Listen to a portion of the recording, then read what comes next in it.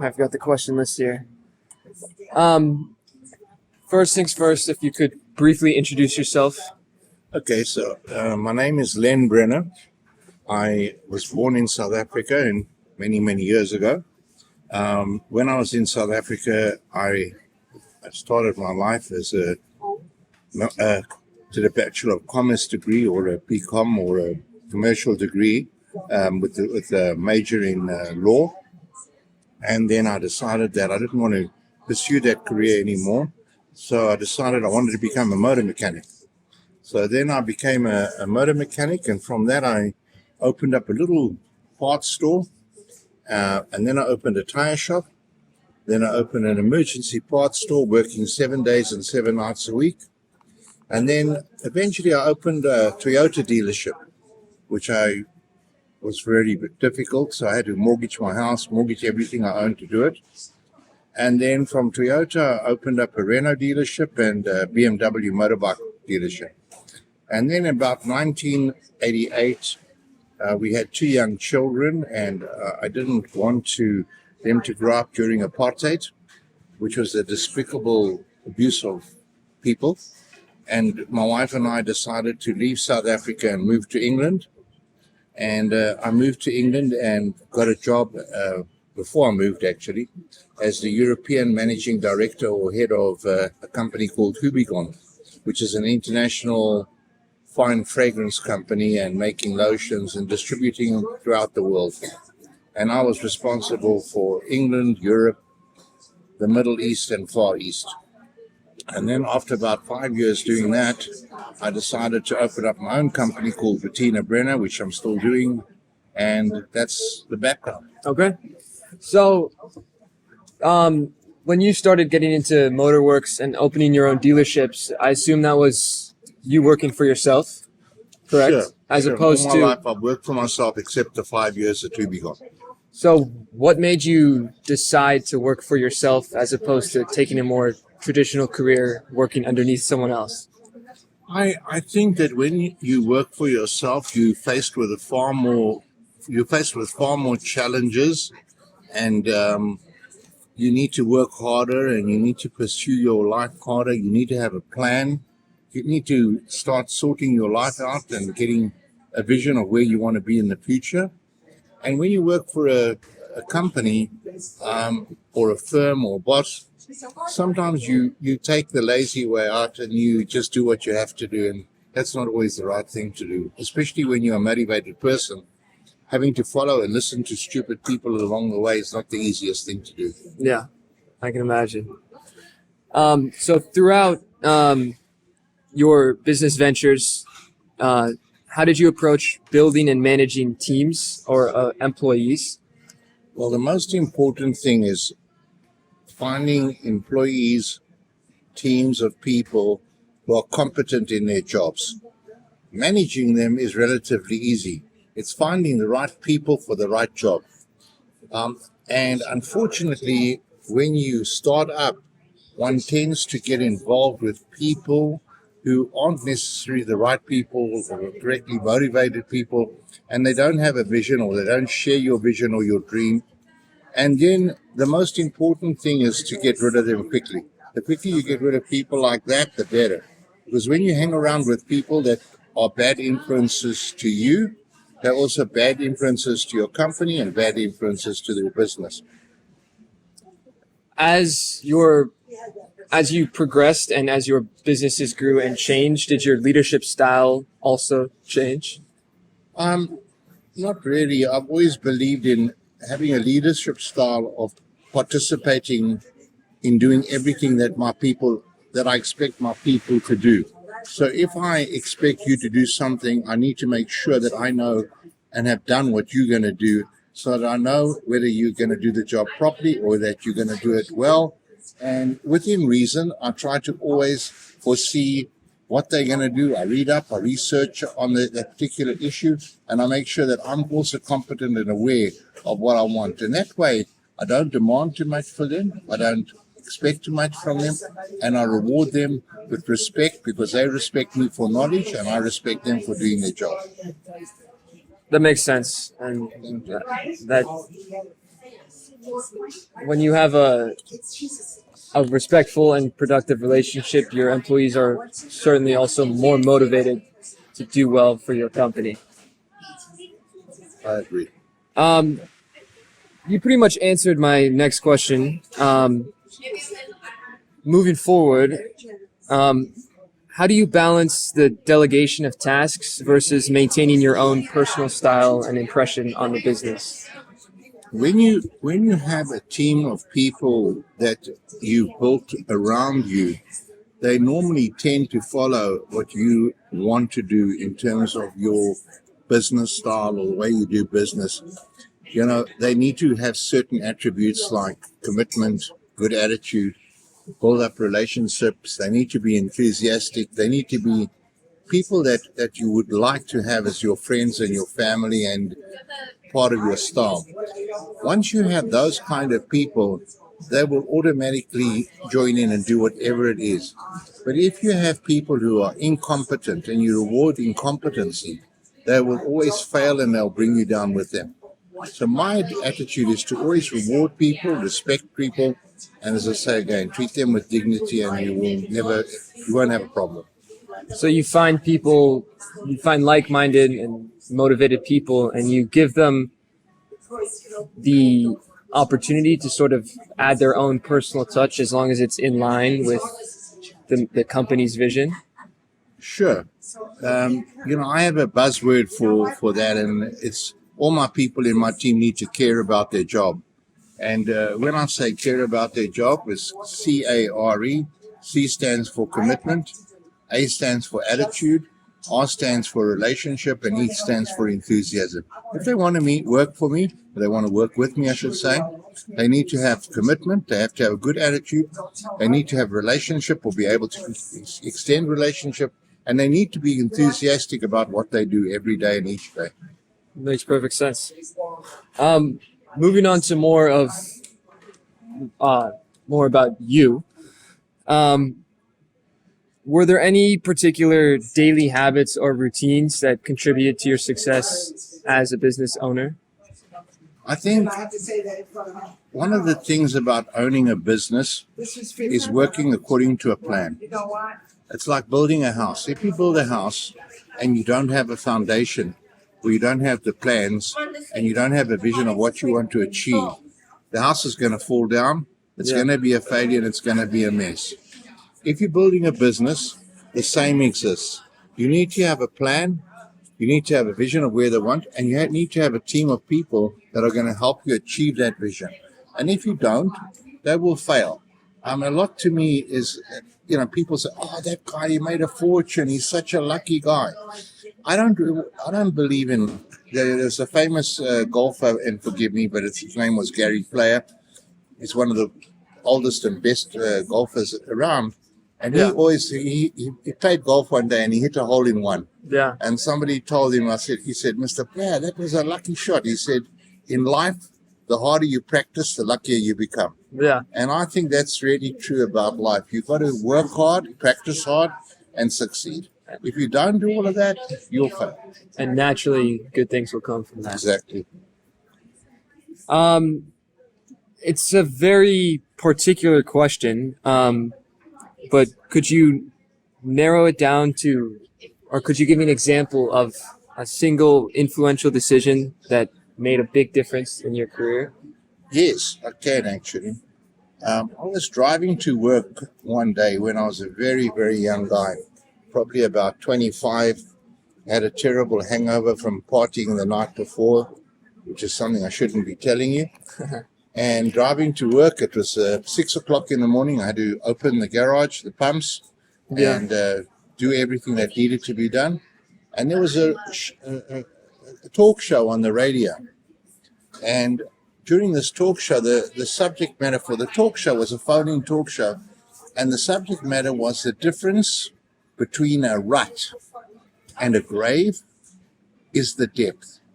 If you'll just forgive me, a rut is maybe not an American word, but it's short for routine, R-U-T. Okay. So the difference between a rut and a grave is the depth. Yeah.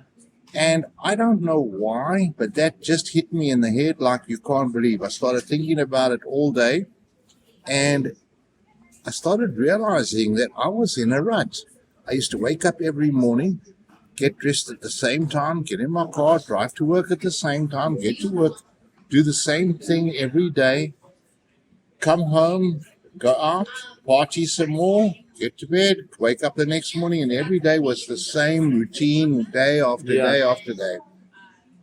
And I realized that by not changing and updating myself and uplifting myself or having a vision or a focus of where I wanted to go in my life, I was actually going backwards because every day I was not achieving my potential. Yeah. So this talk show changed my life because it made me realize where I was in the world and where I was not going. Yeah. And from that day onwards, I made a conscious effort to expand the horizons and to get somewhere in life and to achieve all the things that I wanted to. So yes, that was one of the things that changed my life, believe it or not. That's a very interesting quote. So when you had that realization, what were some of the first steps that you took to get out First of that? of all, I stopped drinking and stopped partying and stopped doing all the things that I shouldn't have been doing at that time. And maybe I've got regrets about that now because I can't do them anymore. But anyway, I stopped doing that. I had at that stage in my life, I had the dealership. I didn't have the dealership, and I had the parts operation, the tire shop, and I had a few other interests. The first thing I did was I made every conscious effort to get hold of the Toyota franchise and get a franchise for myself. Yeah. And that just exploded into a giant business where I became the number one Toyota dealer in South Africa. Wow. Yeah. So cutting out the bad habits and just heavily focusing on I made a plan for tangible myself. goals. I made a plan for myself. I can't tell you how important it is in life to have a plan. There's so many people that I meet along the way. I go to many countries throughout the world. I talk about this in many places. I meet people, and I'll give you an example. A salesman in Saudi Arabia, for example, in Riyadh, the traffic is horrendous. Yeah. You can't believe. To get from point A to point B is worse than LA, if you can believe that. And the salesman, I said to the salesman, how do you do your calls every day? Well, I do 5 calls a day. I said, but where? I said, what's your plan to cover all your calls once a month that you can go and see all your clients? Yeah. And he couldn't tell me. So he didn't work out at what time should I leave home? At which direction should I start where the traffic's going to be minimal? How should I make a call? What should the call be about? Yeah. What should I ask the client? There's no plan for his daily call. Not only the physical call, there was no plan for what he's going to achieve, what he's going to succeed, how he's going to succeed, what his target was. So I firmly believe in life, you need a plan. If you don't have a plan, you get nowhere. That makes a lot of sense. Did you have any particular influential role model or mentor, and what did you take away from them, if so? Not really that I can come to mention it. It's funny. About 2 years ago, or a year ago, 2 years ago, I think it was now. There was a young kid, the quarterback for Alabama. I think I might have told you about this story. I don't think so. Forgive me if I haven't. But there's this quarterback from Alabama won the Heisman Trophy about 2 years ago. And I really can't remember his name. I'm ashamed to tell you. And anyway, he got this Heisman Trophy, and the interviewer asked him, when you threw an interception and you came back on the field, how is it that when you come back on the field after throwing an interception, it doesn't bother you? And his answer to the interviewer was that my father is a mental coach. And he taught me at an early age, if there's something happens to you and there's nothing you can do about it, and it's out of your control that you can do anything about it, ignore it and move back into the future. Yeah. And this young guy opened my eyes to the fact that in life, I should start changing my life and ignore all the things that are out of my control and focus on the things in my life that I can control. Yeah. which aren't many things. And Yeah. this kid made a big impact on me. This young little 21-year-old, whatever how old he was, Interesting. fabulous little kid. Yeah, it's very easy to get emotional, like just like knee-jerk emotional reactions about even little things throughout your day. Like for me, if someone cuts me off in traffic, I have the reaction to be upset about it. But like you said, if you can't control it, there's Let it go. no need to react upon it. Let it go. Yeah. Throughout running your businesses, how was your work and personal life balance, and what kept you driven to advance throughout your career? Tough question. I'm 79 this year in a few weeks, and I started working when I was 12, hanging wallpaper. I then started working in a garage pouring gas. Back in those days, you had to pour your own gas. And my whole life, I've always enjoyed my working career. And I've always been passionate about working and achieving my success. I don't like failure. I like to put myself, to set myself targets on a daily basis on what I want to achieve for that day. I try and create a plan on how I'm going to achieve it. And then I'm very blessed by having a wonderful wife who supports me in everything I do. And in fact, we've been working together in the business for 25 years, 24/7. So that's been pretty good. And with my kids, I've always taken my kids and tried to teach them the same values that I have of honor, respect, trust, and to be able to have and achieve the results and targets they set out. And thank God this has worked very, very well for me and for them and my wife, because our son is a managing director of a bank Yeah. in New York. My daughter is a lawyer. We're running a big company in Australia, in Melbourne. And my other daughter is a surgeon in Tampa, Florida. So they've all achieved within their own rights. Yeah. And I think part of that is monkey see, monkey do. They see me working. They don't see me lazing around. I never sit and watch TV. Yeah. I'm the worst TV man you could ever find.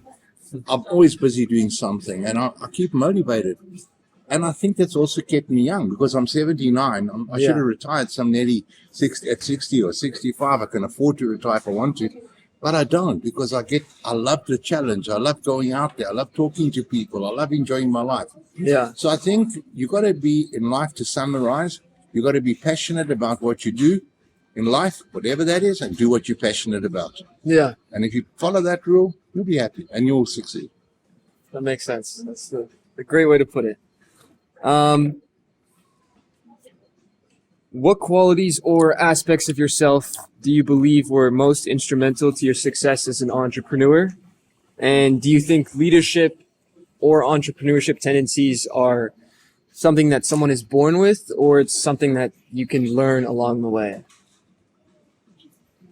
Tough question. That's the hardest question. You're leaving that for last, I hope. That question, I don't believe people can change. I think people are born in a certain mold, Yeah.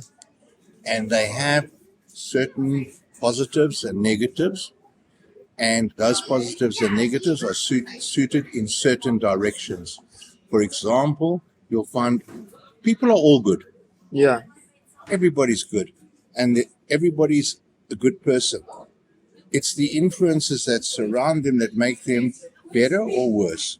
For example, you meet up with bad friends, it's very quick you go off on the sidetrack and you get, monkey see, monkey do, you go bad. Yeah.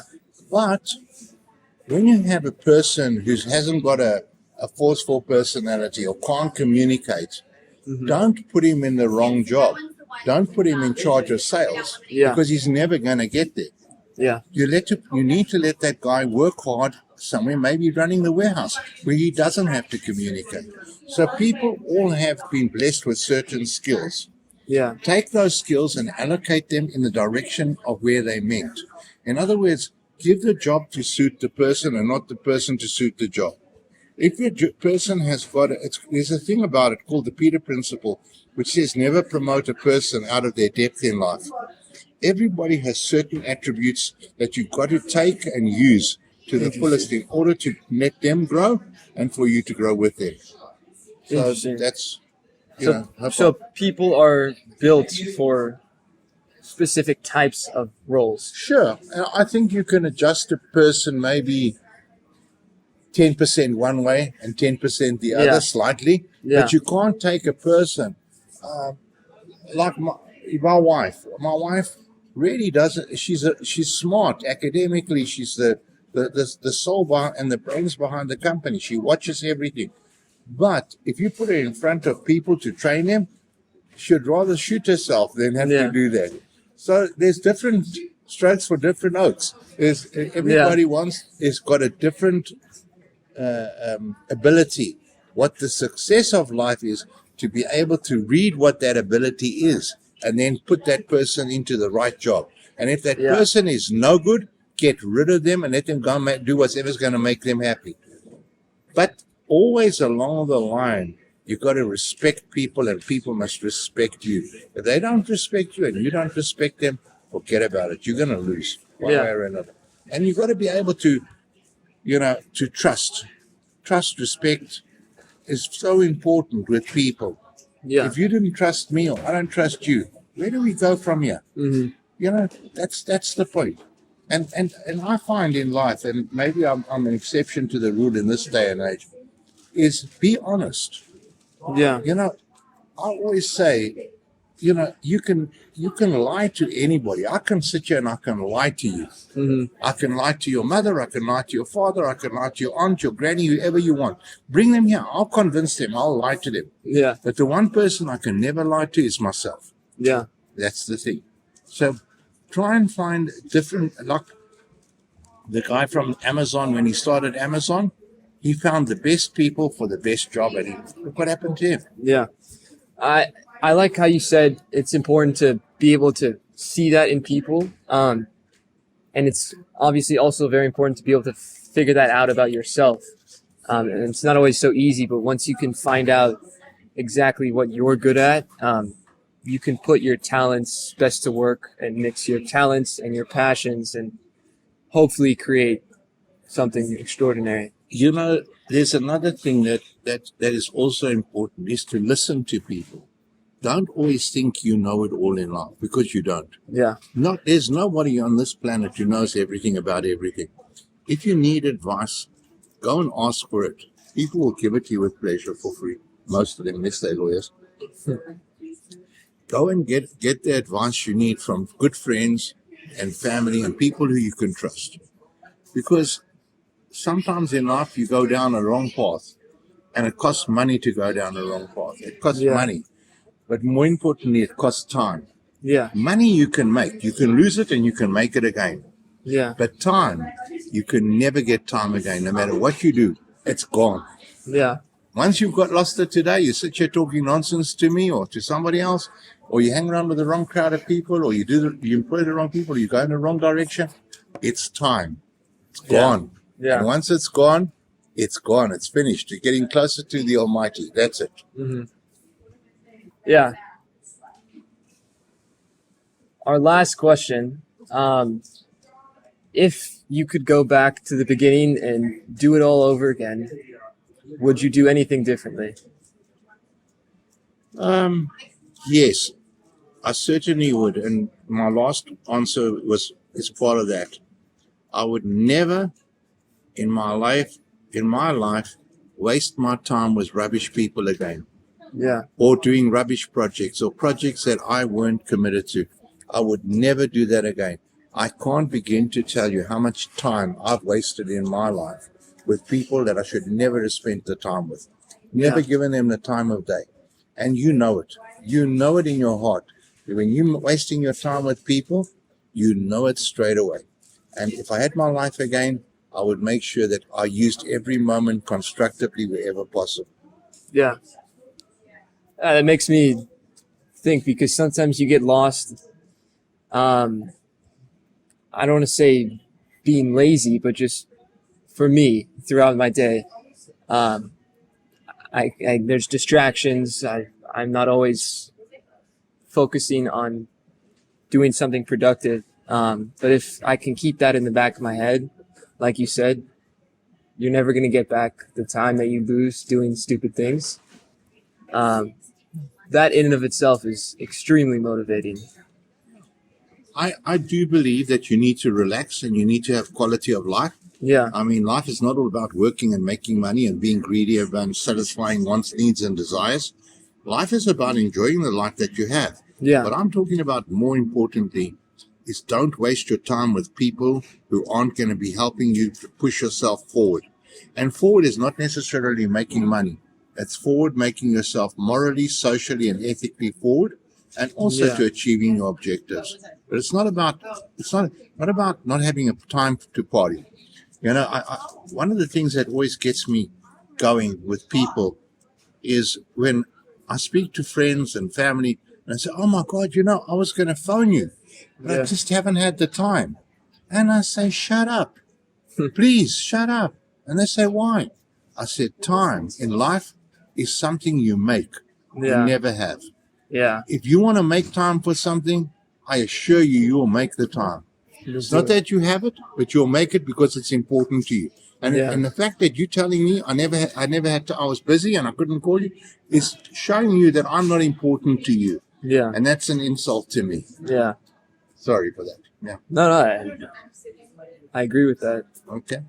All right. Well, thank you very much. My pleasure, Nico, and thank you for inviting me to do this, and I hope it's successful. Thank you.